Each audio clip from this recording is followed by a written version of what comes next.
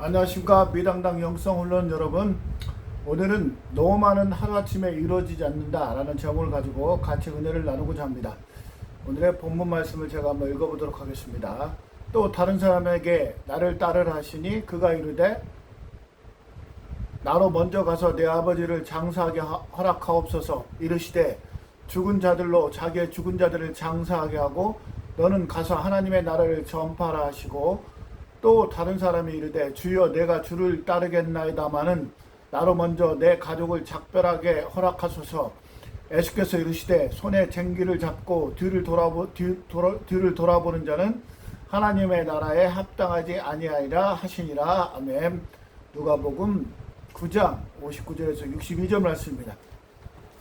이 말씀은 예수님께서 제자를 부르실 때 나타나는 극단적인 헌신과 분명한 우선순위를 강조하는 말씀이라고 할 수 있죠. 당시 유대사에서는 가족을 도르고 장례를 치르는 일을 아주 중요시하게 생각하고 있었습니다. 그래서 예수님의 말씀을 듣는 사람으로 입장으로 굉장히 당혹한 거죠. 예수님께서 유대사의 그 문화와 전통을 아주 정면으로 거스르는 그런 답변을 하고 계시기 때문에 그렇습니다. 그런데 예수님께서는 뭐냐면은 예수님의 제자가 되기 위해서는 무엇보다도 먼저 헌신해야 된다는 것을 강조한 겁니다. 먼저 하나님 나라의 전파가 우선이 되어야 되지, 인간적인 조건과 연구에 연연해서는 안 된다고 그렇게 말씀하고 있는 것입니다. 나로 먼저 가서 내 아버지를 장사하게 허락하옵소서. 이런 가족에 대한 책임과 전통적 의무를 강조하는 요청이죠. 어쩌면 당연한 요청이라고 할 수 있는데, 그러나 예수님은 죽은 자들로 하여금 죽은 자들을 장사하게 하라 그렇게 말합니다. 여기 죽은 자들이라 하면 단순하게 육체적인 죽음만을 의미하는 게 아니라 정신적으로도 영적으로 죽어있는 사람을 의미하는 겁니다. 예수님을 따르는 사람 중 살아있는 자잖아요. 그러니까 단순하게 육체적인 죽음만을 의미하는 게 아니고 뭡니까? 영적으로도 죽은 사람을 의미하고 있습니다. 그래서 세속적인 장례 절차에 집착하지 말고 하나님 나라와 복음의 사명을 더 우선시하라고 강조하고 있는 것입니다.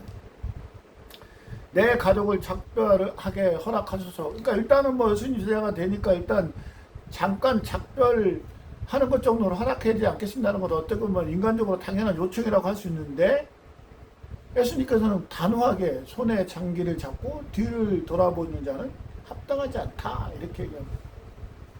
단순한 물리적 동행이나 일시적 헌신이 아니라 일상의 모든 관계 의무보다 더 중요한 게 하나님 나라와 복음 전파의 사명이라는 거예요. 그만큼 중요하고 우선시 되어야 된다는 겁니다. 프라하에 제롬이라는 사람이 있어서 15세기 체코 지역에서 활동한 종교 개혁가죠. 얀 후스와 밀접한 관계를 맺으며 중세 교회의 부패와 타락을 비판하고 개혁을 촉구한 인물입니다. 그는 후스의 사상을 지지하며 보헤미아 지역에서 초기 프로테스탄트적 개혁 운동의 중요한 선구자 역할을 했습니다. 제롬은요, 대학 교수이자 신학자로서 교회의 권위와 교류 문제에 대한 도전적인 견해를 표명했습니다. 라틴어 경전 입구와 성경 중심의 신학을 강조했죠. 여러분, 그 당시에 가톨릭 신앙에서는 이게 절대 용납되지 않은 거였어요.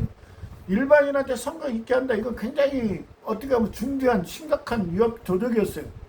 그럼에도 불구하고 대학 교수가 이렇게 얘기를 하니까 상당히 단혹스러웠고, 일반 입장으로서는 전파하기 강했겠죠. 야, 대학 교수가 얘기하니까 뭔가 맞는 의견이지 않냐 이렇게 얘기했죠. 결국은 어떻게 됐습니까, 여러분? 평신도들도 성경을 읽을 권리가 있다고 주장했거든요, 여러분. 지금 생각하면 별거 아닌 것 같은데요. 그 당시에는 굉장히 파격적인 주장이었어요. 일반 성도들이 만약에 성경 읽는다, 이거 상상할 수도 없는 그런 시절이었습니다. 결국 그렇게 해서 어떻게 됐어요? 종교 재판을 거쳐서 화형을 당했습니다. 야누스가 먼저 화형을 당하고요. 제롬도 화형을 당한 거예요. 여러분, 지금 현재 우리가 프로테스탄트라고 해서 개신교라고 하는 것들이요, 사실은 많은 피와 희생이 이루어져서 오늘날 이르는 거예요, 여러분. 이런 사람들이 계속 죽고 희생하고 주장하다가 결국 그런 사상이 이제 농축되어지고요, 더 목소리가 커지면서 마르틴 루터 같은 그런 종교 개혁자가 나오게 된 겁니다, 여러분. 그래서 오늘날 개신교회 그런 우리가 이제 마음껏 성경을 읽고요, 말씀을 듣고 하는 것이 사실은 그 당시에는 굉장히 어렵고요. 그만의 희생들을 그 사람들은 손에 쟁기를 쥐고 뒤를 돌아보지 않고 앞으로 나간 거예요, 여러분. 대학 교수면 얼마나 좋습니까? 종교적인 권위도 다 보장되고요, 신분도 다 보장되는데 그 사람들은 오로지 하나님 나라의 복음 전파가 우선이라고 생각하기 때문에 쟁기를 쥐고 뒤를 돌아보지 않은 거죠. 그래서 결국 화염 당하고요. 또 가족들도 뭐 비참한 그런 지경에 처해 있겠죠, 여러분.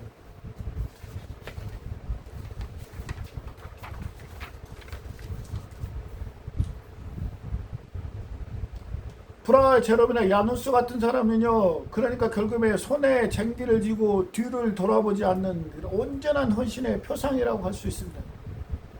어쩌면요, 우리는 그런 온전한 헌신을 한 사람들에게 빚을 지고 있는 거죠, 여러분. 하나님 앞에 자신을 온전히 내어놓고요, 세상적인 조건이나 개인적인 안전을 등한시하며 오직 주님의 복음에 충실한 삶을 살았던 사람들입니다. 뭐예요? 주님 위에 다른 것들은 무관심한 거죠. 그러니까 목숨마저도 내놓을 수 있는 겁니다. 일상의 영역에서도 마찬가지입니다. 일상의 영역에서도 무엇인가를 이루기 위해서는요, 그 목표에 다른 것들은요, 무관심해야 될 필요성이 느낀다, 여러분. 온전한 헌신을 이루어야 돼요. 노마가 하루아침에 이루어진 게 아니라는 거죠, 여러분. 그 대표적인 예가 1953년 장지오노가 쓴 나무를 심은 사람이라는 그런 책에 나와 있습니다. 이 책은요, 프로방스 지방의 황량한 산악지대를 배경으로 하고 있습니다. 공기도 건조하고요, 바람이 매섭고 풀이 걱적한 척박한 땅이었습니다. 그 땅의 사람들은요, 마음도 땅의 모습을 닮아갔어요. 이웃 사이에는 경쟁의식만 가득했고요, 서로 헐뜯고 빼앗고 싸우고 바빴습니다. 땅이 거칠고 황량하니까요, 당연히 먹을 게 없었겠죠. 먹을 게 없으니까 어떻게 뭘 갖고 싸우고 다투고 하니라고요. 힘들었죠. 그냥 헐뜯고 비방하니라고. 그 주인공 엘제 아르 부피에는요, 이 나무가 없어 나무가 없으니까 땅이 척박하고요, 땅이 척박하니까 사람들의 마음도 척박하다고 생각했어요. 그래서 어느 날부터요, 철로 된 막대기를 들고 이 사람의 한 행동이 뭐였냐면요, 구멍을 내고 도토리를 심게 했어요. 도토리. 그는 매일같이 그 일을 반복했어요. 매일같이. 3년이 흐르는 동안 10만 개의 도토리를 심었습니다. 10만 개의 도토리 중에서요, 2만 개가 싹이 탔고요, 그 중에 1만 그루의 떡갈나무가 자라기 시작한 거예요. 나무가 자라니까 어떻게 해요? 당연히 말랐던 시냇물이 흐르고요, 숲이 생기잖아요. 숲이 생겨요. 새들이 날아오고. 사람들은 뭐라고 생각했어요? 야, 수술로 갑자기 기적처럼 숲이 생겼다고 그렇게 얘기하지만 실은 그렇지 않잖아요. 엘제아르 부피에라는 사람이 양치기거든요. 양치기, 소년 양치기 매일매일 도토리를 심은 겁니다. 이 단편 소설이요, 캐나다의 애니메이터 프레드릭 백에 의해서 동명의 애니메이션 작품으로 건넜습니다. 그는요, 불투명 셀 위에 색연필을 사용하여 그림을 그렸는데요, 대부분의 작업을 혼자서 했어요. 무려 작업기간이 얼마나 걸렸냐면요, 5년 6개월이라고. 5년 6개월 또 혼자서 꾸준히 작업을 해요. 그렇게 태어난 작품이 미야자키 하야오 같은 세계적인 거장들마저도요, 극찬을 한 겁니다. 이야기 속 주인공의 엘제아르 부피에, 그리고 이야기 밖 애니메이터 프레데릭 백, 두 사람 다 세상을 바꾸는 놀라운 기적을 이루었죠. 한 사람은 기적을 만들어냈고요, 또 한 사람은 전설을 만들어냈습니다. 그 기적과 전설의 원동력을 설명하는 책이 바로 피트 데이비스라는 스님이 쓴 전념이라는 책이 나옵니다. 전념, devoted, 온전히 헌신하자는 그런 뜻입니다. 전념. 우리는 세상을 바꾼 영웅들을 많이 알고 있죠. 그 영웅들이 순식간에 세상을 바꾼 걸로 알고 있는데 전혀 그렇지 않습니다, 여러분. 그 영웅들이 세상을 바꾸기 위해서 얼마나 정성을 다하고 혼신의 힘을 기울이는지 우리는 모르는 겁니다. 세상은 하루아침에 바꾸지 않죠.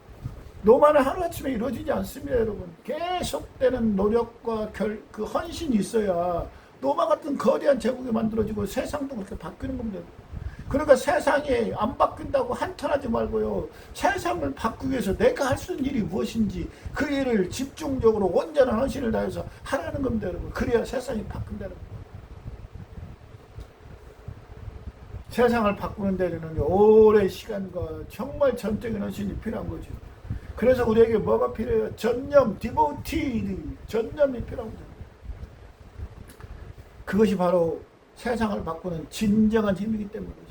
오늘날 우리 문화는 어때요? 무한 탐색 모드잖아요. 막 계속 넷플릭스가 있어서요. 막 계속 영화도 드라마도 탐색할 수 있어요.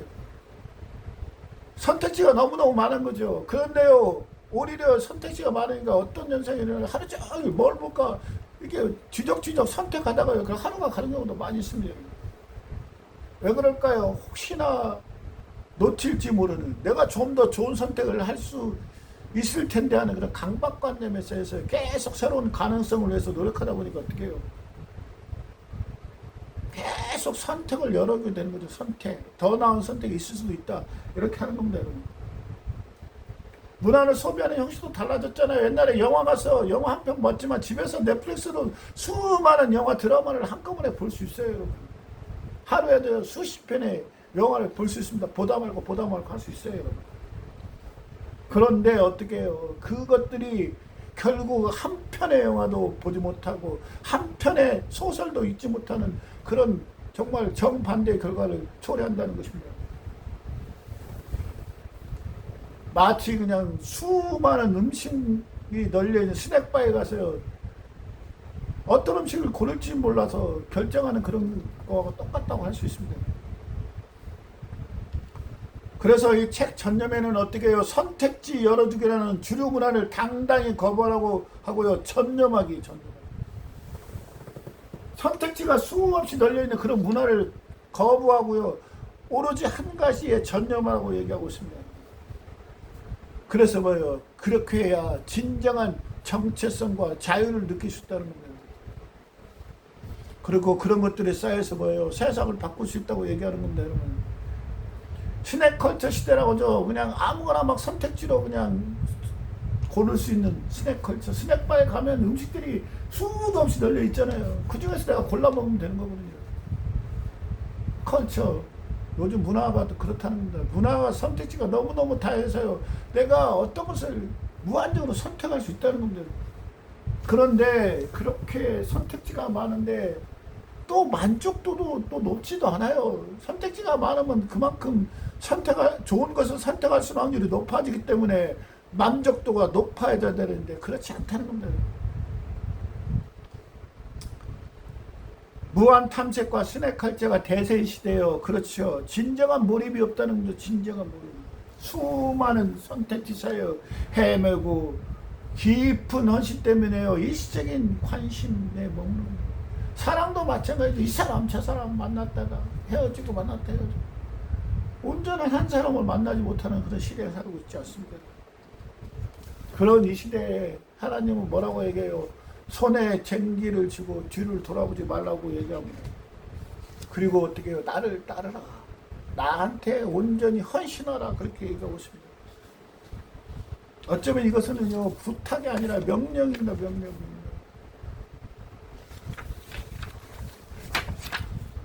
하나님과 이거 전념은 뭐예요? 단순한 노력이나 꾸준함이 아니라 하나님과의 거룩한 약속, 자신의 전 존재를 지니는 신앙 고백이라는 거예요. 전념. 여호수아 25장 15절 말씀에 이렇게 기록되어 있습니다. 여호수아가 온 이스라엘에게 구하여 이르되 너희가 섬길 자를 오늘 택하라. 너희 조상들이 강 건너편에서 섬기던 신들과 너희가 지금 살고 있는 땅의 아모리 사람들의 신들과 너희는 또 누구를 섬길 것인지 택하라. 나와 내 집은 여호와를 섬기는. 여러분 이거 유명한 구절이잖아요. 여러분 뒤에만 생각하고 나와 내 집은 여호와를 섬기는. 선택지를 열어주지만 여호수아는 나와 내 집은 여호와를 섬기겠다. 여호와에 전념하겠다는 겁니다.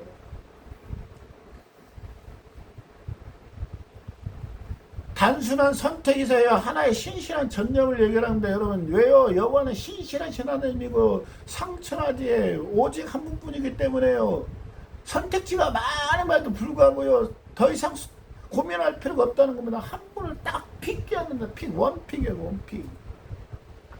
세상의 여러 유혹과 다양한 선택지 앞에서 그것들이 좋아 보지만요 전혀 아니라는 겁니다. 가장 좋은 것은 뭐예요? 하나님이기 때문에 나는 하나님을 과감히 선택하겠다는 것입니다.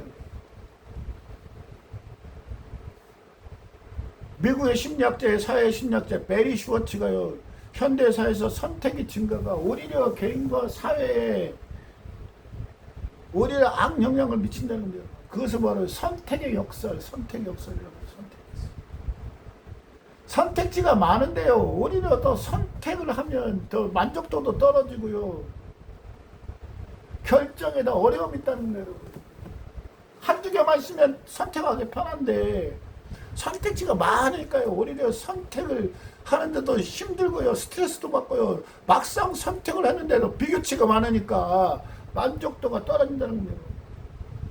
현대에는 그렇죠. 상품, 정보, 문화, 콘텐츠 등 다양한 선택지에 놓여 있죠. 슈워츠는 뭐라고요? 베리 슈워츠는 이게 결정 피로, 디시전 부활이기로 합니다. 결정 피로. 결정하는데 너무 많은 선택지가 있으니까 피곤하다는 거, 우리가 피곤하다는 거예요. 그 선택하는데 정신적 에너지를 더 소모시켰어요. 오히려 선택하고 난 다음에는 만족도도 떨어지고요. 또 비교 가능성이 많이 있잖아요. 야, 내가 A를 선택했으면 더 좋았을 텐데 B를 선택했으면 좋았을 텐데. 그래서 막상 D를 선택하고 나서도요. 만족도가 떨어진다는 겁니다. 선택의 역설이죠. 선택의 역설. 오늘날 무한 탐색과 스낵컬처 현상은요. 이런 선택의 역설과 깊은 연결되어 있죠. 여러분. 끊임없는 스크롤을 계속 내리죠. 유튜브 채널도 막 여기저기 다양한 채널들이 많이 있잖아요. 계속 여기저기 탐색하다가요. 아무것도 선택하지 말고 시간만 소비하는 그런 결과를 초래한다는 거예요. 이런 문화가 지속되다 가니까 뭐예요? 전념하고 몰입하는 게 쉽지 않아요. 그래서 오히려 현대인들이 정신이 더 산만합니다. 산만. 정신병들이 더 많아요. 산만해요. 집중하지 못해요. 여러분. 왜요? 앉기만 하면 스마트폰 보고 스마트폰도 여기저기 주적거리고요. 심지어요 그냥 가만히 있지를 못해요. 불안 증세가 있는 거예요. 불안 증세. 그러니까 내가 누구인지 내가 지금 무엇을 하고 있는지 잘 모른다는 겁니다. 여러분. 폴란드 출신의 세계적인 학자의 지그미트 바우가 옛날에도 한번 얘기한 적이 있었을 겁니다. 여러분. 현대사회의 변화와 인간관계 정체성에 관한 통찰로 유명한데요. 이 사람이 뭐예요? 리퀴드 마더니티, 유동근대. 지금 사회가요, 액체처럼 흔들흔들 한다는 거예요. 가치관, 이런 것들이 다 바뀐다는 거예요. 사람도 바뀌고요. 그러니까 오히려 좋은 것 같은데 아니에요. 더 힘들어요. 그때 필요에 따라 사람들이 관계를 맺고 헤어지고 하다 보니까 정작 내가 필요할 때 찾을 사람이 없다는 겁니다, 여러분. 그래서 결국 뭐예요? 불안정하고 고독하고 여러분. 소속감 결합. 내가 지금 누구이고 무엇을 하는지 모르는 거예요. 계속 바뀌니까요. 옛날에는 어떤 세대였어요? 최근에 솔리드 마더니티였어요. 가치관이 고정되어 있었어요. 친구도 거의 고정되어 있었습니다, 여러분. 소속 집단도 거의 고정되어 있어도 잘 바뀌지 않았어요. 그것이 어떤 때는 지루할지도 모르지만 안정감을 주잖아요. 안정감. 지속적이고요. 계속 가족관계도요. 지속적이었잖아요. 근데 리퀴드 마더니티 유동근대 사회가 변하면서 계속적으로 바뀌니까 좋은 것 같은데 오히려 결정적인 순간에 친구도 없어지고요. 상의할 사람도 없어지고요. 그러니까 어떻게 해요? 개인적으로 다 고독하고 불안하고 그러니까 사람들이 갈수록 정신적인 허약함에 노출되어 있다는 겁니다. 우울증에 시달리고요. 예측 가능한 솔리드 마더니티는 예측이 가능하잖아요. 가치관이 고정되어 있으니까 예측이 가능해요. 근데 리퀴드 마더니티 유동근대 사회는 예측이 수도 없이 막 가치관이 바뀌니까요. 어디로 갈지 모르는 거예요. 우리는. 그러므로 어떻게 해야 돼요? 우리는 이 시대에 LGR을 부패가 돼요. 오히려 이렇게 가치관이 혼란하고요. 사회의 관념이 흔들릴수록요. 우리는 오로지 전념한 하나님만을 믿고 의지하면서 살아야 된다는 거예요. 외부 환경이 황량하고요. 마음이 피폐해져요. 어떻게 해야 돼요?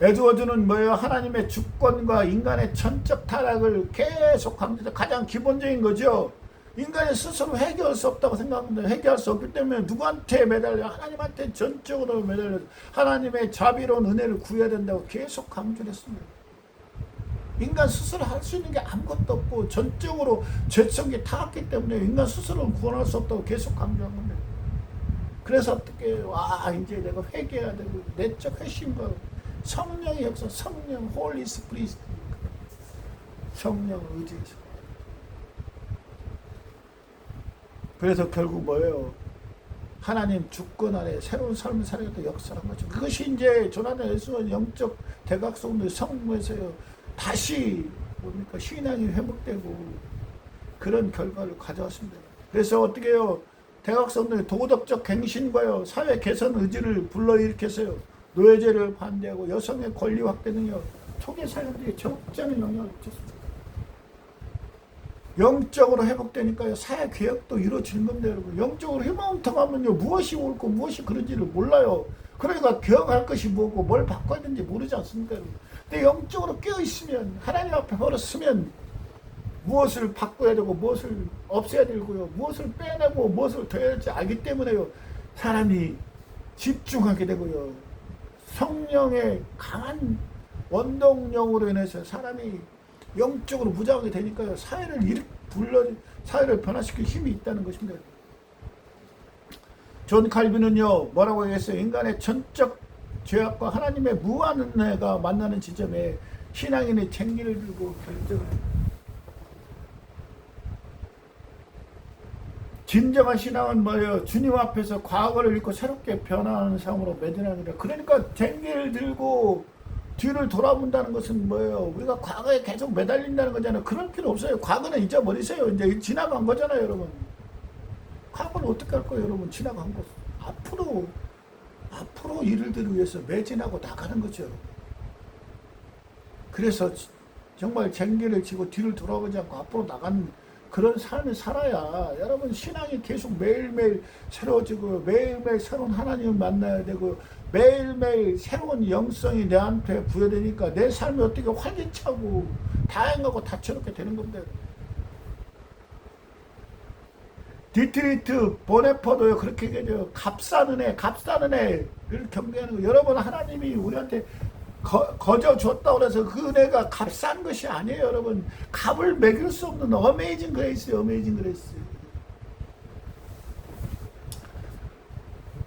참된 신앙은 뭐예요? 대가 없이 자신을 내어주고 길을 따르는 결단인 거예요. 여러분. 내가 이것을 하면 무엇을 받을까라고 고려하지 않고요 전적으로 하나님한테 신뢰하는 게 바로 참된 신앙이라는 겁니다. 그래서 신명기 31장 6절에 이렇게 기록하고 있잖아요.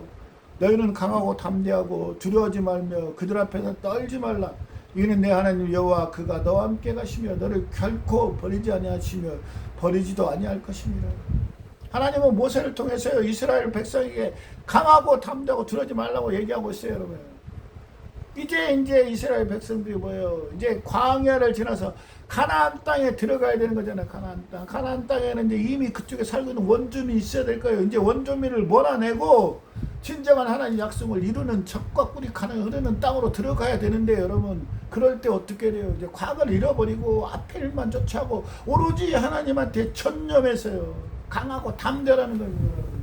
하나님 앞에 온전히 전신념을 해야 디보트해야 전념해야 여러분 강하고 담대할 수 있는 겁니다. 다른 생각 자꾸 가지고 내 생각대로 무엇을 할 수 있다고 생각하면요 강하고 담대할 수 없습니다. 그리고 하나님을 믿어야죠. 하나님은 언제나 나와 동행하시고 결코 나를 버리지 않으시고 항상 좋은 것만을 주시는 하나님을 믿어야지 강하고 담대하죠. 하나님이 줄지 안 줄지 모르고 하나님이 변하는 하나님이라고 생각하는 순간 우리가 어떻게 하나님 믿을 수가 있어요? 하나님 못 믿는 거죠. 그러면 하나님 못 믿으면 어떻게 해요? 두렵고 불안하고 자꾸 가치관이 흔들리는데 강하고 담대할 수 있겠어요? 절대 강하고 담대할 수 없죠. 여러분. 신명기 31장은 뭐예요? 모세가 리더십을 모세는 이제 가나안 땅에 못 들어가니까요. 여호수아한테 리더십을 넘겨주잖아요. 여러분. 그러면서 백성들에게 준비와 신뢰를 당부하는 중요한 전환점인데요. 새로운 시대로 가는 거죠. 새로운 시대. 새로운 시대 가는데 백성들이요 여러 가치관이 흔들릴 수도 있잖아요. 지금 흔들릴 수도 있어요. 무섭고 떨고 불안할 수도 있어요. 왜냐하면 경험하지 않은 세계이기 때문에. 그런데 그 경험하는 세계의 가장 큰 그 비결은 뭐예요? 하나님을 신뢰하는 거. 하나님을 신뢰하는 거. 하나님이 너희 앞에서 가고 동행하니까 하나님이 너를 너끈히 지켜줄 거라는 믿음을 가지고 가야지. 그렇지 않으면요 흔들린다는 겁니다. 흔들린다. 강하고 담대한 거는요 내 스스로 강하고 담대한 게 아니에요. 여러분 오해하지 마세요. 하나님께서 나와 동행하시고 내 앞길을 예비하시고 어려운 환난 가운데 나를 지켜줄 거라는 그런 강한 확신이 있어야 내가 강하고 담대한 것이지. 내 스스로 어떻게 강하고 담대할 수 있어요? 그건 말도 안 되는 겁니다. 여러분. 하나님께서 우리와 함께 하신다는 약속은 뭐예요? 고난과 시련 가운데서도 뭐예요? 하나님의 신실하심과 사랑을 확신하는. 야, 내가 아무리 어려운 길을 갈 때도 사망의 음침한 골짜기를 갈지라도 해를 두려워하지 않을 것은 주의 지팡이와 막대기가 나와 함께함이라. 다윗의 고백 아닙니까 여러분? 그런 고백이 있어야 여러분 강하고 담대할 수 있어요. 그렇지 않으면 여러분 여지없이 흔들립니다. 흔들린다는 건 뭐예요? 그 어디로 갈지 모르는 거예요. 아니 어디 흔들리는데 어떻게 강하고 담대할 수 있어요? 말도 안 되는 겁니다. 조나단 여수가 미국에서 이렇게 1차 대각성론이요 신앙의 불을 활활 짚으며 성도들에게 전심전력으로 하나님 앞에 서라고 외치는 뜨거운 부흥이었어요. 여러분. 그 부흥은 단순한 감정의 고향이 아니에요. 여러분. 전적인 헌신과 삶의 변화를 요구하고 있어요. 여러분 인간이요 뭔가 감정이 변화가 있어서 하나님한테 전적으로 헌신할 수 없어요. 물론 일시적으로 좀 헌신할 수 있겠지만 금방 사그라듭니다. 여러분. 하나님을 향한 믿음, 담대함이 있어야 되는 거죠. 여러분. 피트 데이비스 책 전념 디보티도 뭐예요? 우리가 자신의 모든 것을 하나님한테 완전히 맡기고 헌신하는 삶을 은혜적으로 가르치는 거예요. 여러분. 줄리에드 부피에가 뭐예요? 도토리 나무를 심을 때 그 황량한 땅에 도토리 나무를 계속 심은 건 뭐예요? 물론 그가 하나님을 믿고 심지는 않았지만은요 그것이 자랄 거라는 확신을 가지고 심은 거 아닙니까? 도토리 나무가 이 내가 황량한 땅에 도토리를 심으면 언젠가는 이 도토리가 자라서 숲을 이룰 것이고 숲을 이루면 이 땅이 비옥해질 것이고 이 땅이 비옥해지면 어떻게 해요? 사람들의 성향도 다투고 시기하고 질투하는 그런 성향이 바뀌어서 화목하고 평화로운 그런 마을이 될 거라는 확신을 가지고 지속적으로 도토리가 나든 안 나든 심은 거 아닙니까 여러분? 하나님에 대한 헌신도 마찬가지예요. 뒤를 돌아보지 말라고. 챙기를 지고 뒤를 돌아보지 마라. 뒤를 돌아본다는 건 불안하다는 거잖아요 여러분. 앞만 보고 오로지 예수님을 믿고 가야 된다는 거예요. 예수님을 따라가는 길에는 뭐예요? 주저함과 변덕의 자리가 없는 거예요 여러분. 챙기를 지고 뒤를 돌아는 순간 주저함이 있는 거고요. 와 이제 돌이킬 수도 있다는 생각이 내 마음속에 자리 잡고 있으면요 그게 온전한 헌신이 나오지 않는 것이죠 여러분. 시편 27편은요 다윗의 시라고 기록되어 있어요. 근데 1절에 어떻게 기록되어 있을까요? 제가 한번 읽어볼게요. 여호와는 나의 빛이시오 나의 구원이시니 내가 누구를 두려워하리요. 여호와는 내 생명의 능력이시니 내가 누구를 무서워하리요. 여러분 여호와는 내 능력이고 구원이니까요 내가 아무도 무서워할 것 없다고 고백하는. 여러분 다윗 27편이요 다윗이 왕이 되기 전에 사울한테 계속 쫓겨다니면서 지은 시입니다 여러분. 유명하시잖아요. 여호와는 나의 목자시니 내게 부족함이 없습니다. 이것도 마찬가지잖아요. 이건 똑같아요. 다윗이 사울한테 쫓겨다니면서 시는 것입니다. 그러니까요. I said I want to. 부족함이 없기는 뭘 부족함이 없어. 인간적 노로는 부족한 거 투성이에요. 그럼에도 왜요? 여호와는 나의 목자시니 The Lord is my shepherd. 여호와는 나의 목자시니 내게 부족함이 없습니다. 이건 마찬가지잖아요. 여호와는 나의 빛이요 구원이시니까요. 내가 누구를 여호와께서 지켜주는데 두려울 게 없다는 겁니다 여러분. 늘 도망 다녔고요. 목숨이 유언한 상황 속에 있었음에도 불구하고요. 막막하고 두렵고 힘든 상황에서요. 뭐라고 고백합니까 여러분? 여호와는 나의 빛이요 나의 구원이시니 내가 누구를 두려워하리요. 이게 얼마나 놀라운 고백입니다. 강하고 담대한 믿음이 있어요. 여호와를 신뢰하는 온전한 헌신이 있었기 때문에 가능한 거 아닙니까? 3절의 고백도 무시무시합니다. 군대가 나를 대적하여 진칠지라도 내 마음이 두렵지 아니하며 전쟁이 일어나 나를 치료할지라도 나는 여전히 태어나리라. 여러분, 군대가 나를 두렵다. 이 세상의 모든 환난과 핍박이 한꺼번에 몰려와도 여러분, 나의 인생에 당할 수 있는 온갖 어려움과 이가 이 순간에 단순간에 몰려와도요 전혀 두렵지 않다는 거예요. 여전히 태어나다. 하나님과 함께하는 든든한 믿음이 있으니까 가능한 거 아닐까 여러분. 그렇지 않고 어떻게 인간적으로 이런 믿음이 가능해요? 쉽지 않죠. 그러니까 마찬가지예요. 하나님이 내 편임을 알 때, 하나님이 내 편이라는 걸 알 때 뭐예요? 아무리 큰 위험이 와도요 어떻게 해요? 두려움 없이 담대히 맞설 수 있다는 거예요. 그래서 다윗은 이렇게 말하고 있습니다. 27편 14절에 이렇게 되는데, 나는 여호와를 기다릴지어다. 강하고 담대하며 여호와를 기다릴지어다. 그렇습니다. 우리가 환난이 닥치면 어떻게 해요? 하나님을 믿고 그분의 뜻과 때를 기다리고 인내하면서요 확신을 가지고 어떻게 기다려야 됩니다. 기다려야 돼요. 강하고 담대하게 말씀을 붙잡고 기다려야 돼요, 여러분. 그리고 하나님의 부르심을 받을 때, 그리고 하나님이 이제 우리한테 뭔가 약속을 주고 이제 됐다, 이제 네가 주님의 일을 할 때라고 부르심을 받았을 때 어떻게 해요? 쟁기를 지고 뒤를 돌아보지 말고 앞으로 가야 됩니다. 스텝 포워드, 앞으로 나아가야 돼요. 오늘도 그런 주님의 도우심으로요 막혀있는 장애물이 좀 뚫리고 없어지고요 시원해지고 활짝 열려서요 여러분을 조롱하고 여러분을 핍박하는 사람들한테요 당신들이 나를 그동안 핍박하고 업신여겼지만 하나님의 도우심으로 내가 이 모든 환난과 장애물을 이기고 이렇게 당당하게 섰다, 축복받았다고 고백하는 그런 여러분 되시기를 진심으로 기도하겠습니다. 샬롬.